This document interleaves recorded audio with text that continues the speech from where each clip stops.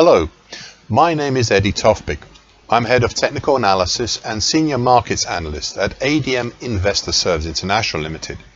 And here is your daily technical analysis of foreign exchange markets.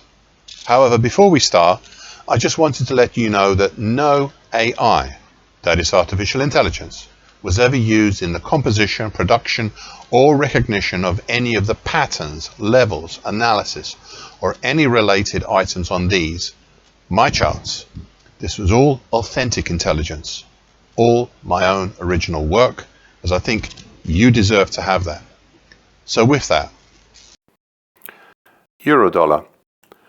An immediate countering bullish engulfing pattern and bullish closing white Mariposa yesterday after the previous session's key reversal down. There was also a possible shooting star pattern, type 1 bearish. Prices are still not too far away from the secondary harder to reach target X at 117.88 for the March to early April base reverse head and shoulders pattern. This is the target. Well, we came close enough to last Friday for me to call it reached on the upside, but I decided to leave it labelled up there on my daily chart just in case we shot up through it. On the top side, we have the June 25 high at 118.29 and the capping action from the June 2018 high at 118.51. Interestingly, beyond 118.51, we have little as resistance bar the February highs around 119.26 to 119.28 until a series of downtrends start from 120.25 upwards. Meanwhile, below, we have congestion between 116.75 to 117.07, containing the moving averages, notably the slowly rising mauve medium moving average, which is currently at 117.07, then the October 21 high at 116.92, and the previously broken bright red lower bull channel, currently 116.75 of the July 25 to March 26 bull channel. So far today, a move lower, mainly within the true body of yesterday's range, and thereby looking like a bearish double. Cable, aka sterling against the US dollar. A bullish engulfing pattern yesterday with a tail that dropped down below the September 2020 high at 134.83, but ended up closing higher on the day. This after the previous session's indecisive spinning top. There was also a daily compound key reversal down. That is a key reversal down actually that you have after an earlier key reversal down in the previous session. Now the price fall stopped ahead of the slowly rising mauve medium moving average, currently at 134.56. But we finished back up within a wide band of congestion between 135.16 to 135.81. Overhead we have the dark blue broken, now possibly repaired, July 2015 to January 26 shallow upper bear channel line, currently 135.63, and then a smaller congestion band between 136.21 to 136.43. Below the September 2020 high at 134.83 and the rising mauve medium moving average, which is not necessarily that good as support, we have what might be better support from the current combination of the declining short medium moving average, currently 134.32, and the 2024 high at 134.34.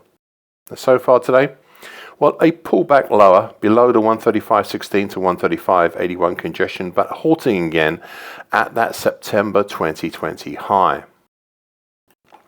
US dollar against the Japanese yen.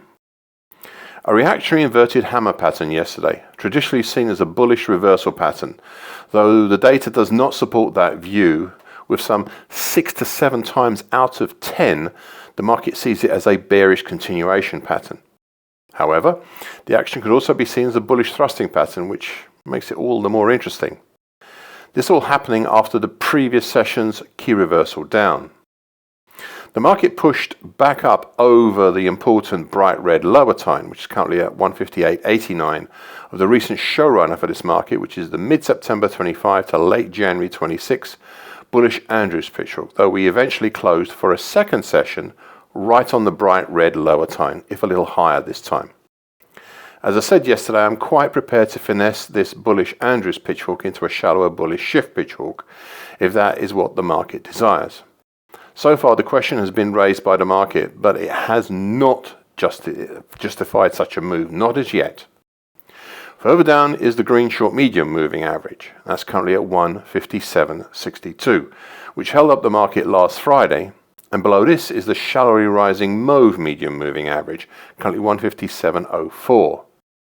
Meanwhile, overhead we have a wide congestion made up from the May 1990 high at 159.61, then congestion at 160.05, and finally the April 1990 high at 160.34.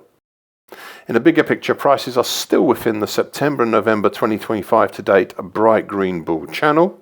It's currently 155.32 to 162.12.